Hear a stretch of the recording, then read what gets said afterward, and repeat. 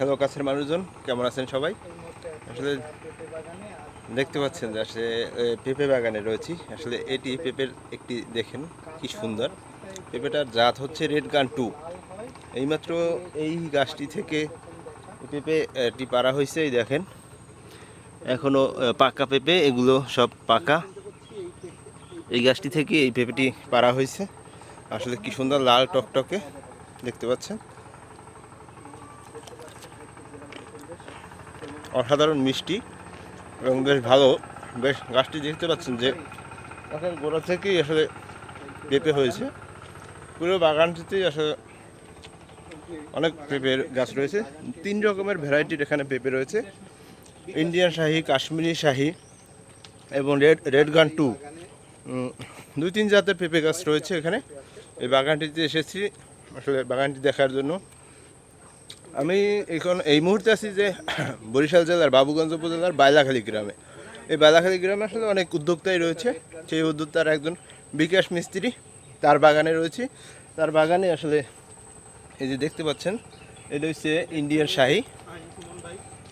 সেখানে আসলে প্রচুর পরিমাণে পেঁপে হয়েছে এবং এক একটি পেঁপে দেখতে পাচ্ছেন যে কী পরিমাণে বড় বড় সাইজ। এক একটি পেঁপে না হলেও 3 কেজির ওভার হবে। বেশ ভালোই হয়েছে ফল। আর উনি এই খামারটি করার প্রথম দিকে কিছু ক্ষতির সম্মুখীন হয়েছিল। সেটা হচ্ছে যে কিছু অসাধু ব্যবসায়ীর কাছ থেকে চারা সংগ্রহ করেছিল। সেই চারাগুলো আসলে ভালো হয়নি, যার কারণে সেই পেঁপে গাছগুলোতে মাইট খেয়েছেন উনি, লস খেয়েছেন অনেক। যার কারণে সেগুলো কেটে ফেলে আবার নতুন করে পেঁপে গাছ লাগিয়েছেন। এই পেঁপে গাছগুলোই আসলে সেই পেঁপে গাছ যেগুলো পরে লাগিয়েছেন, সেই পেঁপেগুলোই তিনি আবার এখন পাকাচ্ছেন। আসলে খাচ্ছি যে এই পেঁপেটা আসলে অনেক টেস্ট, মিষ্টিও। এই সময় আসলে বর্ষা মৌসুমে পেঁপেতে তেমন একটা স্বাদ থাকে না, স্বাদ কম থাকে।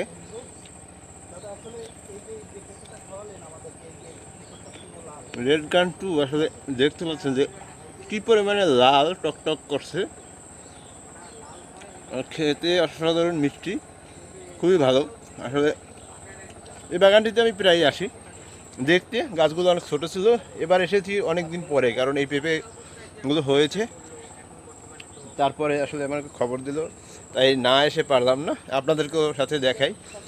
আর উনি যদি ওনার খামারের যে পরিকল্পনাটা আপনাদের যদি দেখাই একটু, আপনারা যদি দেখেন, এখানে সারিবদ্ধভাবে কয়েকটি কান্দি কেটে উনি সুন্দরভাবে সারিবদ্ধভাবে লাগিয়েছেন, কিন্তু উনি গ্যাপটা বেশি দিয়েছেন।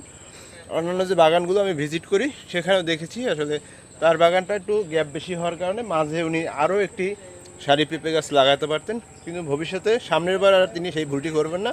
আমাদেরকে জানিয়েছেন যে পরের বার তিনি এ সারিতেও আসলে এখানে মাটি ভরাট করে পানি নিষ্কাশনের ব্যবস্থা রেখে তিনি আরও একটা সারি করবেন।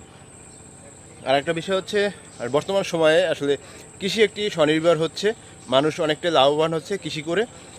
অনেক উদ্যোক্তাই এখন এই কৃষিতে ঝুঁকছেন। তারা আসলে কৃষিতে লাভবান দেখে এবং অন্যান্য যে পেশাগুলো রয়েছে তার চাইতে অনেকটাই নির্ভরতা এবং অনেক নিজের স্বাধীন পেশা বলতে পারেন এই কৃষিক্ষেত্রকে আসলে অনেকেই নিচ্ছে।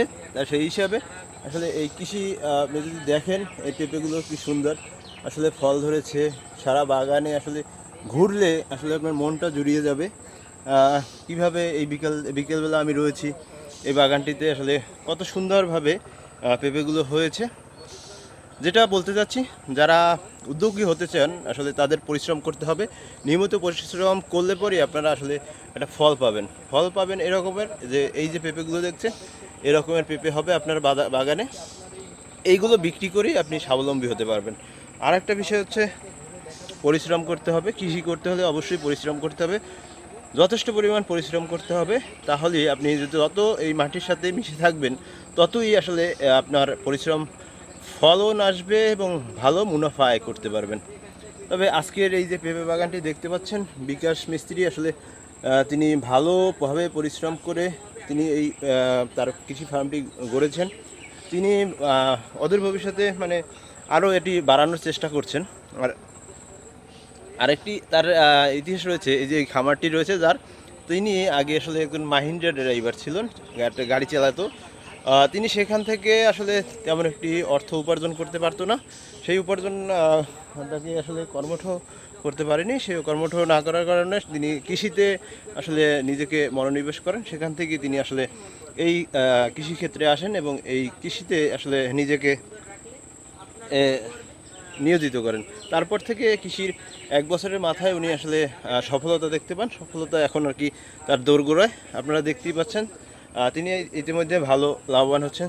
এই পেঁপে বাগানটি গাছ ছাড়াও তার লতিরাজ বাড়িকচু 1 চাষ করছেন, সেখান থেকেও তিনি ভালো আর্নিং করছেন, সেখান থেকেও তিনি ভালো লাভ করছেন। আসলে যারা কৃষি উদ্যোক্তা হতে চান, আপনাদের জন্য এই বার্তাটি থাকবে যে আসলে আপনারা কৃষি উদ্যোক্তা হন। যারা বেকার যুব সমাজ আছেন, যারা ঘোরাফেরা করছেন, আপনাদের যদি একটু জমিও থাকে আসলে আপনারা সেটাতে আসলে কৃষিকাজে নিয়োজিত হন।